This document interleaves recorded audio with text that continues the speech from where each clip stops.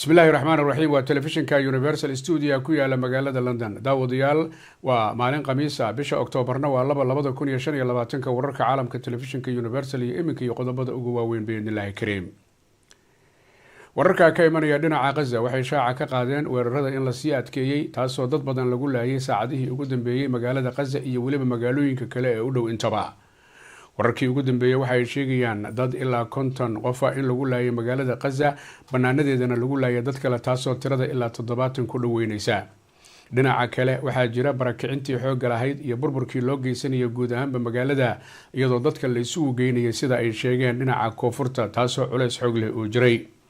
waxaa digniin bixiyay saacadihii ugu dambeeyay wasiirka gaashaandhigga ee dalkaasi Israel Katz oo yiri waxaan u sheegaynaa dadka reer Gaza inay dhamaantood isaga baxaan haddii aanay ka bixinna inaynu u qaadanayno haddaynu nahay reer Israel inay yihiin argagixisada aan u baadi goobeen amaba ay taageersan yihiin arrintaasi ayaa waxay u muuqataa dhibaato xoog leh oo ka soo korortay dhinaca Israel maadaama dadkan haweenka iyo carruurta iyo da'da isugu jiray wax shaqo aanay ku lahayn wax colaada amaba aanay hubaysnayn laakiin ay ka qayb tahay cadowtinimada labada sano markaas madaxa la gashay dhinaca kale warar ayaa jira sheegayay doomo kala duwan oo iyagu waday gargaar kala duwan oo maalmihii ugu dambeeyay hogaanaya biyaha caalamiga ah ee dhinaca Gaza in loogu tagay halka ay joogeen kadibna dadkii saaraa ee ololaha ku jiray inay dadka gargaarka gaarsiiyaan dhamaantoodba xabsi la dhigay iyadoo taasna markaas loo arkay cambaarinteeda inay iska leedahay laakiin qoliyaha ciidamada badda ee Israa'iil ay qiil uga dhigeen in digniino la siiyay ay diideen taasina ay keentay inaynu markaa ugu tagno halka ay joogaan kadibna aanu xabsi dhigno dad magac leh ayaa ku jira oo ah dadka u ololeeya guud ahaanba arrimaha bini'aadanimada ayadoo tusaale loo soo qaatay gabar ka mid ah gabdhaha da'da yar ee u dhashay dalkii Sweden ee iyagu u ololeeya dhinaca isbeddelka cimilada oo lagu magacaabo Greta Thunberg wararku waxay sheegayaan in Israel ay isu aragto inay wax fiican samaysay laakiin aanay wax fiican samayn sida hadalka ay u dhigayaan qolyaha dhinaca bini'aadamka markaasi u dooda hay-adan iyada ah ee iminka doomaheeda la aaday waxa ay ka mid tahay hay-adaha dhinaca gargaarka sida Flotilla lagu magacaabo taasoo dhowr jeer gargaar ay wada loogu tagay meelo kala duwan oo doomahooda lagu weeraray dhinaca daroonada sida iyadoo hadda ka hor Mediterranean-ka ay fadhiyaan iyo dhinaca Malta oo loogu tagay iyo waliba dhinaca waqooyiga qaaradda Afrika iyo xeebaha dalka Tunisia xaaladda waa murugsan tahay marka la fiiriyo dhinaca kale waxaa laga warsugayaa ragga reer Xamaas jawaabta ay ka bixinayaan baaqa ka yimid dhinaca Mareykanka oo ah in la qaato nabadda 20 qodoba taasoo ay u arkaan qolyaha reer Israel inay iyagu sheegteen inay qaateen laakiin reer Xamaas iyo dadka kale u dhundalola arrimahaas ay sheegeen waxaasi oo dhan dhamaantood inay dan ugu jirto dhinaca Israel oo aanay wax dan ugu jirin dadka reer Falastiin arrimaha sida gaarka looga dhawaajiyay ee la dhibsaday waxaa kamid ah in la yiraahdo si caalami ah ayaa loola soconaya ama loo ilaalinaya arrinta Gaza oo loo faragelinaya taasoo ka dhigan Gaza in la keenayo dad kala duwan oo markaa la leeyahay waxay noqonayaan kuwa iyagu horseedaya in nabad iyo dawladnimo la gaaro arrintaas oo ay sheegeen qolyaha ka shaqeeya arrimaha horumarka iyo siyaasadda reer Falastiin inay tahay arrin qatarteeda iska leh oo markaas aan dhici kareynin waxaa la sugayaa ugu dambaysta hadalka ugu dambeeya ee dhinaca Xamaas laga sugayo oo ah in ay qaataan qodobadaas 20ka inay diidaan iyo waxa ay arrintaas ay ka yeeli doonaan laakiin saluug xoog leh ayaa jira oo ah inaanay suurtagal ahayn inta la sheegay la dhoodhoobay dhamaantood inaan markaasi wax dani ugu jirin reer Xamaas iyo guud ahaanba reer Falastiin wixii warar ay ku soo kordha arrimaha cakiran wararka iyaga dambe ayaanu ku eegi doonaa biidnillaahi kariim wararka ka imanaya dhinaca wadanka Morocco waxay shaaca ka qaadeen in 5 maalmood oo la soo dhaafay deganaansho la'aan ay ka jirtay soo baxyo xoog leh oo u badan dhalinyarada kuwaasi oo dalbanaya dhib xoog leh oo jira in wax laga qabto dadka isu soo baxay waxay ku magacaabeen marka la fiiriyo banaanbaxoodu inuu yahay mid ujeedadiisu ay tahay inay dawladda ka dhaadhiciyaan dhibaatada xoog leh ee ka jirta xagga caafimaadka Morocco iyo waliba xagga waxbarashada dadkaasi iyaga ah ayaa 5 maalmood waxaa la sheegay sida ay qolyaha amnigu sheegayaan habeenkii afraad culays xoog leh inuu jiray oo dhul badan la burburiyo oo la baabi'iyay dhaawac uu jiro ilaa 263 ka tirsan ciidamada amniga iyo 23 ka tirsan dadka rayidka ah kadib markay isfara saareen qolyaha mudaharaadiyay iyo qolyaha amnigu waxaa la dhacay dhul aad u fara badan sida dukaamada waaweyn bangiyada iyo waliba iyadoo la jajabiyo la arkay muuqaalo la dhehday meelaha lacagaha lagala baxo ee darbiyada ee bangiyada taas oo laftooda la arkay muraayadihii oo dhan in la jajabiyo oo dhulka la soo dhigay dadkaasi waxay sheegeen iyadoo caafimaadka iyo weliba waxbarashada Morocco aanay haba yaraatee wanaagsaneen oo dhib xoog leh uu ka jiro in haddana ay arkayaan ay daawanayaan garoomo waaweyn oo caalami ah inay Morocco ay dhisayso iyadoo isu diyaarinaysa martigelinta qaybteeda tartanka kubadda cagta ee FIFA ee 2030 waxay yiraahdeen soo baxayaasha dhalinyarada u badani arintaasi suurtagal maaha in baahiyo ay jirto xagga caafimaadka iyo waxbarashada dhinacna lacag lagu bixiyo inta la eg oo balaayiina dhulkaas aan markaas dani ugu jirin guud ahaanba dadka reer Morocco wasaaradda arrimaha gudaha ee wadankaasi Morocco ayaa ka dayrinaysa xaaladda heerka ay marayso iyo sida ay tahay iyadoo la sheegay baraha bulshada in la isugu gudbiyay sida la isugu soo bixi lahaa oo jidad waaweyn oo ku yaala magaalada Rabat iyo magaalooyin kale oo aad u fara badan iyo gobolladaba la isugu soo baxay wararku waxay sheegeen in baraha bulshada la isku gaarsiiyo xogta sida TikTok iyo weliba Instagram-ka qolyahan iminka mudaharaadaya waxa ay la baxeen Generation Z oo ah 212 taasoo ka dhigan barnaamij iyagu ay qaabeysteen oo haddana dhinaca kale la oran karo waxa uu ku dayasho u yahay meelo badan oo dunida arrimo ka dhacay sida wadanka Nepal oo kale oo sidaasi oo kale ay Generation Z ay la baxeen qolyihii dabada uga dhacay dowladii ra'iisul wasaarihii hore kadibna ra'iisul wasaare cusub oo ku meel gaar la magacaabay lama oga arinta Morocco halka ay saldhigi doonto waana wadan boqortooyo oo ku yaala waqooyiga qaaradda Afrika wararka ka imanaya magaalada Paris ee xarunta dalka Faransiiska waxay sheegeen in la helay meydkii safiirkii South Africa ka fadhiyay magaalada Paris tan iyo 2023 ninkaasi oo 58 jir ah ayaa waxa lagu magacaabi jiray Nathi Mathethwa waxaana uu ahaa nin isagu ka tirsanaa xisbiga Africa National Congress oo ah xisbiga talada dalkaasi haya 31 sano ee la soo dhaafay ninkan isaga ayaa waxaa la sheegay inuu kireystay qol kamida qolalka hotelka weyn ee Four Star-ka lagu magacaabo ee ah Hyatt Regency ee ku yaala magaalada Paris dabaqa 22aad qol kamida taasoo markii hore isniintii habeennimadii Talaadada ay soo galeysay xaaskiisu ay booliiska u sheegtay inay walaac muujinayso kadib markii fariimo aan wanaagsaneyn ay ka heshay ninkeeda arrinkaasi waxa uu sheegay in qolka la tagay 22 dabaqa ah ku yaala hotelkaasi Hyatt Regency ee magaalada Paris kadibna la ogaaday mid kamid ah daaqadaha qolka in si xoog lagu furay taasoo lala xiriirinayo dilka iyo dhibaatada dhacday laakiin booliisku aanay u cadeen ilaa haatan sida wax loo dilay iyo qaabka wax loo dilay ninkaasi waxa uu ahaa nin magac kule marka la fiiriyo guud ahaanba ee wadankaasi South Africa waxaanu hore u noqday wasiir hadii la eego dhinaca ANC da xilligii uu ahaa madaxweyne Jacob Zuma isagoo noqday wasiirka dhinaca dhaqanka qaabilsan horena safiir isagoo u noqday arrinka waxaa ka hadlay wasiirka arrimaha dibadda ee wadankaasi South Africa oo ku tilmaamay ninka la dilay inuu ahaa nin aad iyo aad siyaasadda ugu wanaagsan iyo diblomaasiyadda waxaana uu sheegay inaanu ka bixin oo kaliya dalka South Africa ee uu ka baxay laguna xusuusan doono diblomaasiyadda guud ahaanba dunida weli waa telefishinka Universal studio ku yaala magaalada London wararka ka imanaya magaalada Washington waxay shaaca ka qaadeen in Congress-ka dalka Mareykanka Republican-ka iyo Dimuqraadigu ay isku fahmi waayeen inay isla meel dhigaan arinta qarashaadka lagu socodsiinayo nidaamka dowladda federaalka ee dalka Canada taasoo aqalka cad la sheegay inay xilli kasta oo ugu horeeyo degdeg ay dhici karto shaqaale badan oo federaalka ka tirsan shaqooyinka inay waayaan oo guryahooda loo kala diro maalmihii ugu dambeeyay waxa ay soo fadhiyay Congress-ka Republican-ka iyo waliba dhinaca dimuqraadigu waxa ay ku doodayaan arrin ku saabsan caafimaadka arrinkiisa in meel la dhigo inta aan go'aanka qarashaadka la bixinayo la isla gaarin taasoo ay ka maagayaan amaba ay diidan yihiin ay ka warwareegayaan qolyaha Republican-ka marka la fiiriyo labada aqal ee Congress-ka ee dhinaca Senate-ka iyo waliba dhinaca aqalka wakiilada waxa ugu badan tir ahaan Republican-ka laakiin waxay rabeen cod 60 inay ku helaan inay wax meel marsadaan laakiin taa ay waayeen maadaama dhammaan dimuqraadiga xubnihiisu ay ka soo horjeedaan waxaa hadlay shakhsiga ugu sarreeya dhinaca Senate-ka gaar ahaan dhinaca dimuqraadiga oo lagu magacaabo Jack Schumer oo sheegay in dimuqraadigu ay doonayaan in laga gaaro go'aamo arrimo badan oo caafimaadku ka mid yahay inta aan qalinka lagu doogin qarashaadka dowladdu ay ku socon doonto waa dowladda federaalka ee dalkaasi Mareykanka laakiinse waxa uu yiri Republicanku waxay ka meermeerayaan inay arrinkaasi ay ogolaadaan ayagoo qiil uga dhigaya si ku meel gaar ah wax in loo sameeyo November ayaa go'aan la gaari doona iyo arrimo lamid ah laakiin waxaa hadlay madaxweyne ku-xigeenka wadanka Mareykanka JD Vance oo ay barbar taagan tahay markii ugu horeysay gabadha aqalka cad u qaabilsan dhinaca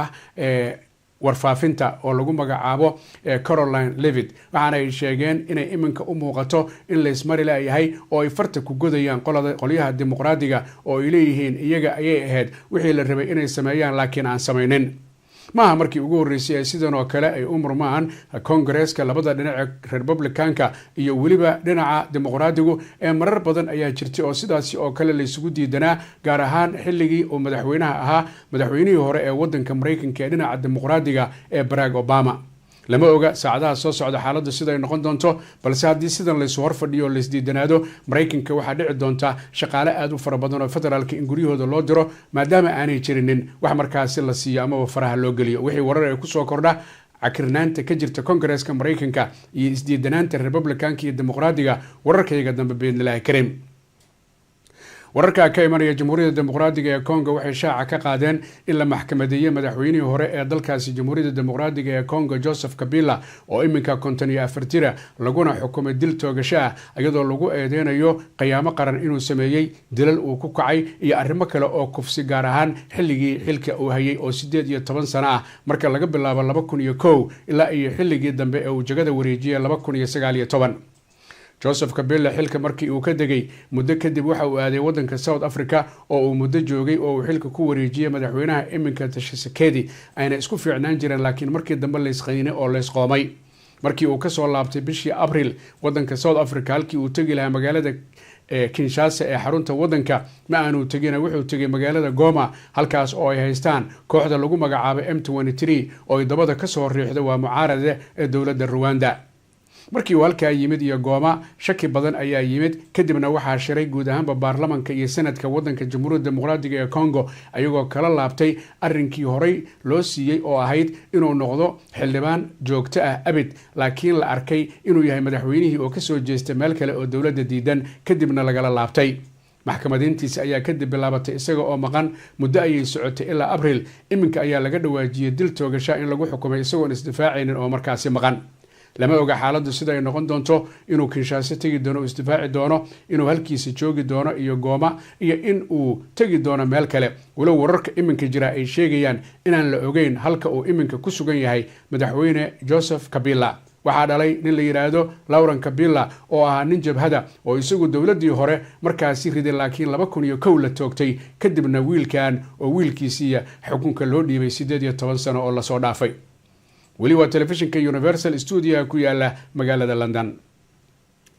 daawadayaal wararka marka aynu fiirino ee dhinaca South Africa waxa ay shaaca ka qaadeen culaysyo badan inay jireen marka la fiiriyo meelo badan gaar ahaan dhinaca mucaaradka nin ka tirsan oo maalmihii ugu dambeeyay iyo marar badanba isagu mar walba ka dhawaajinaya hadallo aan siyaasadda ku wanaagsanayn afkana aan laga yiraahdo aanay ahayn dhagahana markaasi aan u roonayn. waa ninka lagu magacaabo Julius Malema oo ah mucaarad isagu ka tirsan qolyaha lagu magacaabo EFF.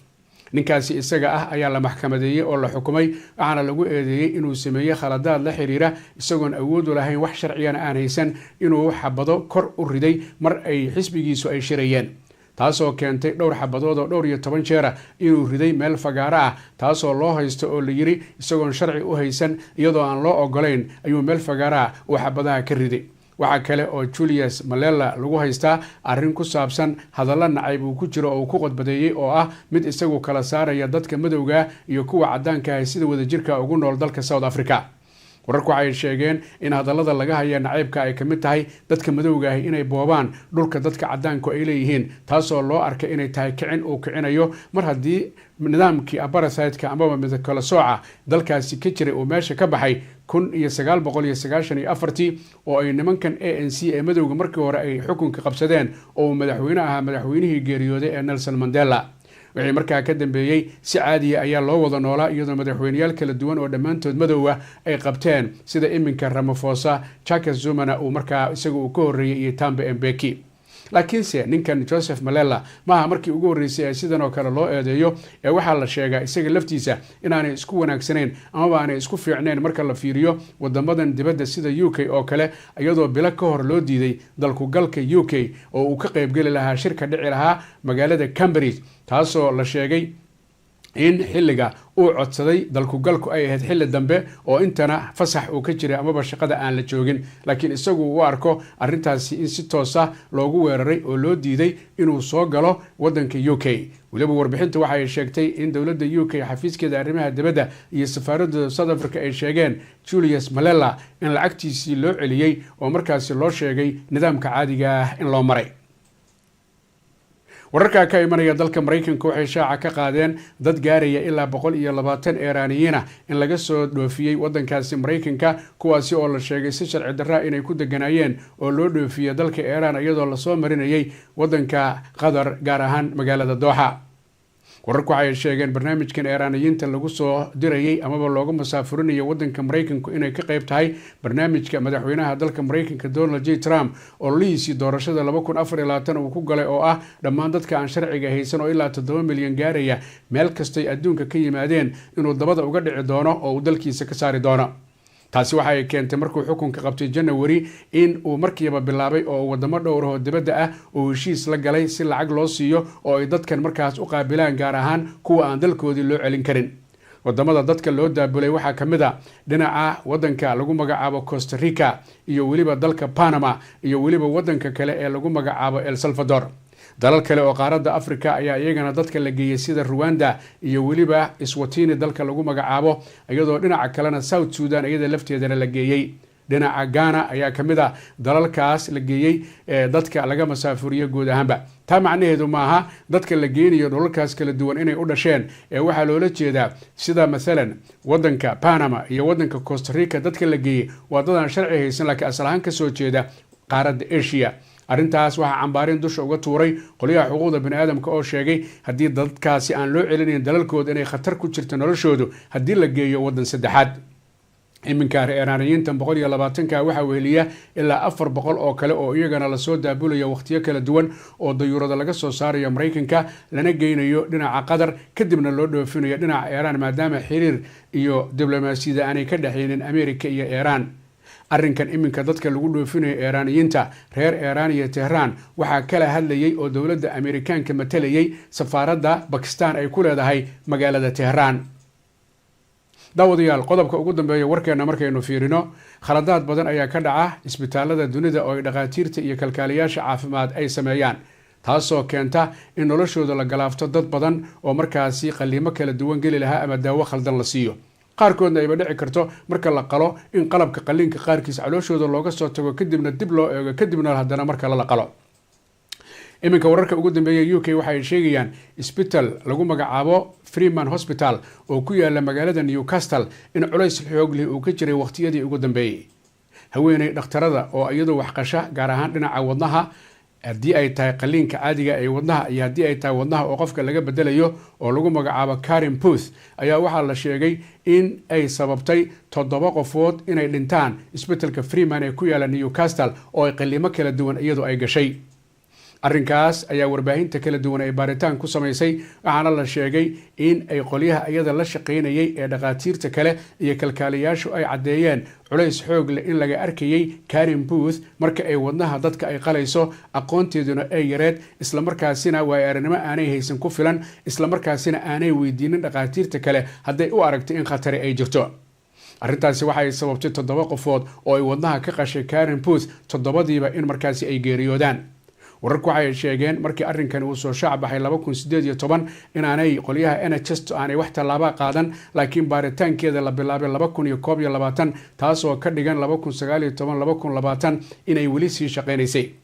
iminka haweeneydaasi Karen Booth oo la isku dayay in la wareysto way ka gaabsatay ee qoliyaha isbitaalkaasi maamulaana way ka gaabsadeen laakiin warbixin kale ayaa waxay sheegaysaa Karen Booth oo in muddo aan hadda wax qalin oo muddo koobana in hadda la rabo in dib loogu soo celiyo inay qaliimadii hore ka samayso dhinaca wadnaha bedelidiisa iyo wadnaha si caadiya in loo qalo taasoo la dhibsanayo oo loo arkay khatarteeda inay iska leedahay.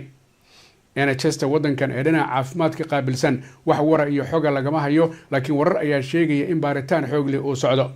waxaa tusaale loo soo qaatay 7 qofood ee gacanteeda ku baxay iyadoo wadnaha ka qalaysay shakhsi isagoo kamid ah dadka dhismayaasha ka shaqeeya oo lagu magacaabi jiray Ian Phillips inay qaliin ku sameysay kaasoo khatartiisa iska lahaa sida ay sheegeen qoliyaha iyada markaas la shaqeynayay.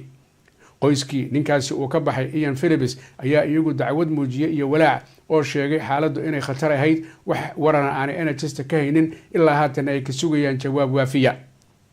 baaritaano ayaa jira la wado laakiin waxay ahaataba arrinka la dhibsaday waxa uu yahay in iminka la leeyahay dib ayaa Karen Booth ugu soo laabanaysa qaliinka halkeeda ay ka wadi doonto. وهويني iyadoo haysatay sida la sheegay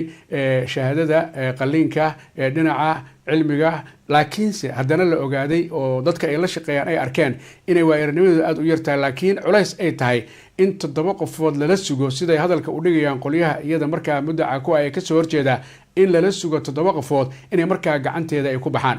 طبعا باريتانا يا سعودة أنا جست أي ودي يقوليها عافماتك وحين أقعدونا arrimaha sida ay noqdaan iyo halka ay saldhigaan iyadoo dhawaana ay ahayd markii ana jesta lafteedu ay cadeysay dad gaaraya ilaa iyo 55,000 oo ruux oo la yiri diabetic ayaa tiin ama sokor ayaa qabtiin in la ogaado inaanay qabin taasina ay keentay mashiinada akhrinayay markaas laga baarayo qofka sokortu inay si khaladan u akhriyaan oo ay sheegeen in dadkaas dhamaantood ay sokor qabaan 55,000 oo waliba daawooyin loo bilaabay arrintaas lafteeduna baaritaankeeda ayaa socda guud ahaanba wixii warar ay ku soo kordha arrimahan aynu ka hadalnay wararkayga dambe ayaanu ku eegi doonaa biidnillaahi kariim